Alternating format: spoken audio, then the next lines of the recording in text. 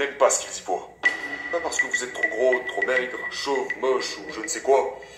Ce que vous savez, ce que vous aurez pu être. Pensez-vous qu'Elon Musk a une vie équilibrée?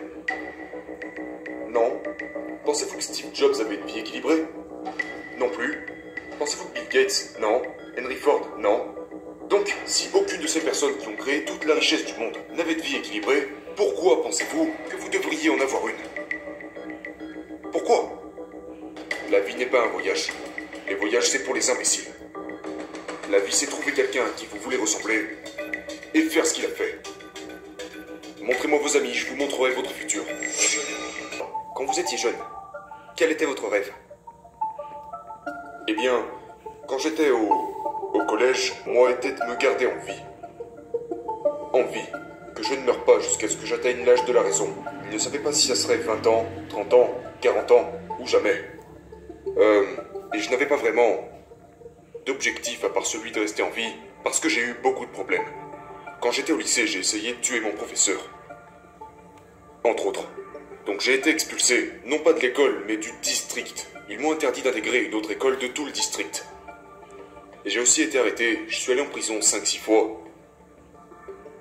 Ensuite je suis rentré dans l'armée, ce qui m'a corrigé, et a fait de moi un homme. Et votre père était un policier? Mon père était un policier haut gradé, très sévère. Très sévère. Très sévère. Et qu'avez-vous appris de lui? Oh, eh bien, j'ai appris la discipline, la concentration, l'honnêteté. Donc vous n'aviez aucun rêve quand vous étiez jeune. Alors qu'avez-vous fait après l'école? J'ai eu des ennuis. Un peu comme nous tous. J'ai eu des ennuis et j'ai fait des choses horribles. J'ai eu des bagarres, j'ai frappé des gens, blessé des gens. J'étais très bon à ça. Mais par la grâce de Dieu, j'ai vécu. Ensuite, je suis entré dans l'armée. J'ai signé en tant que soldat. Et puis, 4 ans plus tard, j'étais officier. Je devais recevoir un prix dans l'armée. Et un général 2 étoiles est venu épingler quelque chose sur ma poitrine. Et il m'a dit, tu sais, si tu étais dans le monde réel, Danny, c'est comme ça qu'on m'appelait là-bas. Tu pourrais probablement devenir riche.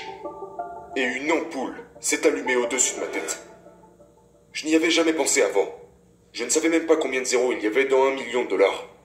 À part qu'à peu près à la même période, l'un des autres jeunes officiers avait hérité à l'époque de 1,4 million de dollars. Et je me souviens qu'il payait toujours toutes les tournées au club des officiers. Et un jour j'ai demandé pourquoi John nous paye toujours à boire. Et on m'avait répondu qu'il venait d'hériter d'1 million de dollars. Alors j'ai dit, écris-le pour moi. J'avais 22 ans. Et j'ai vu ce gars écrire tous ces zéros après le 1. Je ne savais pas combien de zéros avait 1 million. Et puis ce général me dit que si je sortais dans le monde réel, je pourrais probablement gagner beaucoup d'argent. Alors, en l'espace d'une semaine, j'ai pris des mesures. J'ai annulé mon contrat, parce que je venais de signer des papiers mentionnant que je m'engageais à être un militaire permanent. Donc je l'ai annulé. Je suis sorti 5 à 6 mois plus tard. Ensuite je suis revenu. Je suis retourné à l'école où j'ai dû obtenir une autorisation spéciale, parce que j'avais déjà échoué 3 fois, à l'université. Et puis j'ai finalement obtenu mon diplôme avec les honneurs. Et j'étais déterminé à me rendre là où l'action se trouvait. Et l'action à cette époque, ça se passait à Wall Street. Et j'étais vraiment bon dans ce domaine. Premièrement, j'étais un bon vendeur. Deuxièmement, j'avais appris à m'exprimer correctement. J'avais déjà confiance en moi. J'avais une forte estime de soi, donc c'est une excellente combinaison pour un banquier d'investissement au début des années 70. Qu'est-ce que l'estime de soi? L'estime de soi, c'est ce que la plupart de vos parents ne vous ont pas donné.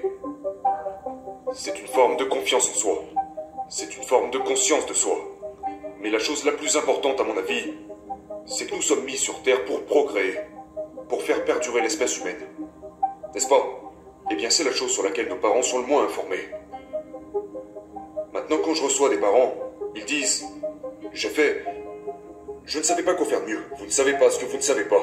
J'ai fait ce que j'ai vu mes parents faire. » Voilà la phrase clé. J'ai fait ce que j'ai vu mes parents faire. Maintenant, quel genre de structure d'enseignement en découle? Eh bien, la plupart des parents ne sont pas capables de créer des enfants de haut niveau. Et donc, l'estime de soi est le fondement du haut niveau. C'est le fondement de tout. Et c'est quelque chose qui n'est enseigné dans aucune école. Donc, que pouvons-nous faire pour renforcer notre confiance et notre estime de soi? Vous changez vos fréquentations. Montrez-moi vos amis, je vous montrerai votre futur. Montrez-moi vos amis et je vous montrerai votre futur. Le plus gros de l'estime de soi se construit dans les 7 à 8 premières années d'une vie. Donc par qui étiez-vous entouré dans les 7 à 8 premières années de votre vie? Maman, peut-être papa, un frère aîné, un oncle, une grand-mère, ok. Qu'est-ce que ces gens connaissaient sur l'estime de soi? Rien du tout. Et maintenant, montrez-moi vos amis, je vous montrerai votre futur. Avec qui est-ce que vous traînez? Avec qui est-ce que vous vous détendez? Vous devez soit comme vos deux meilleurs amis. Le voudriez-vous? Je pense pas. Maintenant, voudriez-vous que vos enfants soient comme vous? Je pense pas non plus. Alors pourquoi ne faites-vous pas ce qu'il faut pour?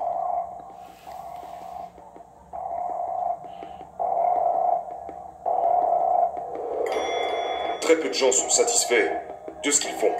Et si vous voulez développer votre estime de soi, traitez avec des gens qui ont une haute estime de soi. Vous n'avez qu'une seule occasion pour assurer une bonne première impression. La première impression, c'est à quoi vous ressemblez. La deuxième impression a lieu au moment où vous ouvrez la bouche. La plupart d'entre vous, avec mon plus grand respect, ne savent pas parler correctement. Vous bégayez, vous marmonnez, vous suez. Et je peux continuer encore longtemps, mais je ne fais que décrire la plupart des gens de cette pièce. Donc vous vous rendez là où il y a des gens à qui vous voulez ressembler. Vous trouvez quelqu'un qui est là où vous voulez être, 20 ou 30 ans devant vous. Et vous allez à sa rencontre maintenant. Si vous voulez être un athlète de classe mondiale, où est-ce que vous devez aller? Chez un entraîneur de classe mondiale. C'est le genre de personne que vous voulez dans votre vie. Pas des gens qui vont toujours dans votre sens. Pas des gens qui vous disent que tout va bien, que vous êtes encore jeune, que vous avez encore toute la vie devant vous. Conneries. Maintenant, regardez ces gens quand ils ont 30 ans, 40 ans. À qui on a dit ce genre de conneries 25 ans plus tôt?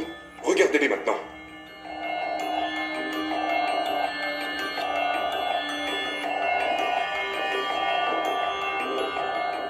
Quelles sont les erreurs courantes que commettent les entrepreneurs quand ils commencent à faire du business, quand ils commencent à réussir? Que font-ils mal? Ils ne se concentrent pas sur le peu qui compte le plus, mais sur le beaucoup qui compte le moins. Laissez-moi vous donner un exemple. Un certain pourcentage d'entre vous ont déjà créé une entreprise au cours de votre vie. De 0 jusqu'aux 50 000 à 100 000 premiers euros de revenus générés, vous connaissez une croissance linéaire.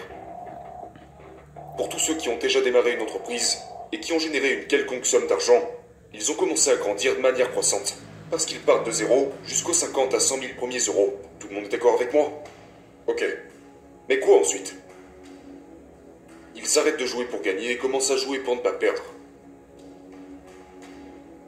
Si, quand, pas si, mais quand vous décidez que vous voulez vraiment invoquer un changement permanent, vous devez commencer à jouer pour gagner en permanence.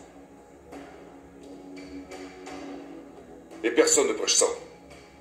Ils vous disent ayez toujours 6 mois de réserve sur votre compte bancaire. Comme ça, si vous perdez votre emploi, vous êtes en sécurité. Pendant les 30 premières années de ma vie, j'ai dépensé 125% de chaque centime que je gagnais, chaque année. Pourquoi? Parce que je ne voulais aucune sauvegarde. Je ne voulais aucun plan B. Je voulais réussir ou mourir en essayant financièrement parlant. Et j'ai arrêté de faire ça quand j'ai eu 60 ans.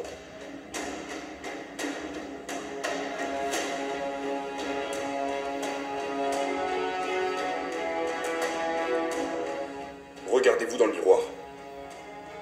La plupart d'entre vous n'aiment pas ce qu'ils y voient.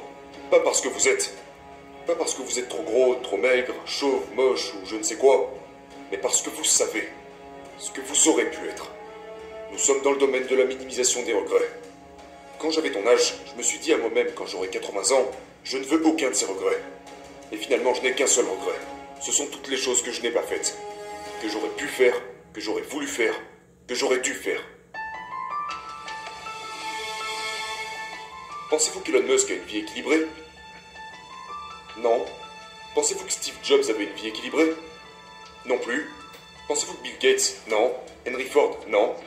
Donc, si aucune de ces personnes qui ont créé toute la richesse du monde n'avait de vie équilibrée, pourquoi pensez-vous que vous devriez en avoir une? Pourquoi? Parce que vous le méritez? Je pense pas. Vous obtenez ce que vous méritez dans la vie à travers le dur travail. Où est la partie amusante dans votre vie s'il y en a une? Je m'amuse en ce moment même.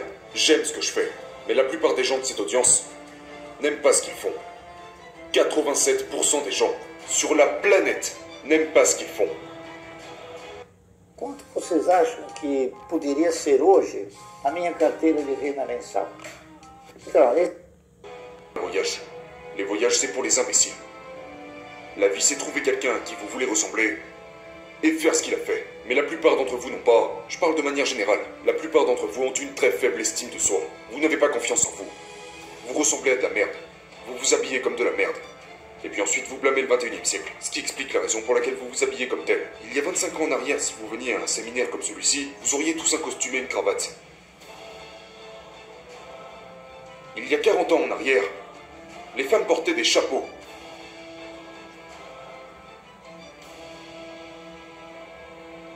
C'est mon uniforme.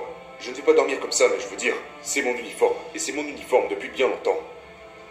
Habillez-vous si vous voulez obtenir de l'argent des banques. Habillez-vous comme le président de votre pays. Vous n'avez qu'une seule tentative pour réussir une bonne première impression.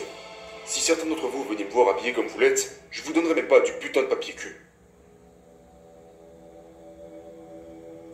Si quand je quitte cette salle, il reste encore une personne qui m'apprécie, j'ai échoué.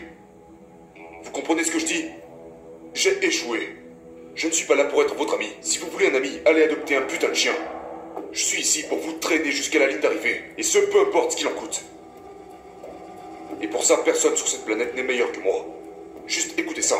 Je pourrais prendre avec moi les personnes les plus pitoyables de cette pièce et leur faire gagner probablement 50 millions.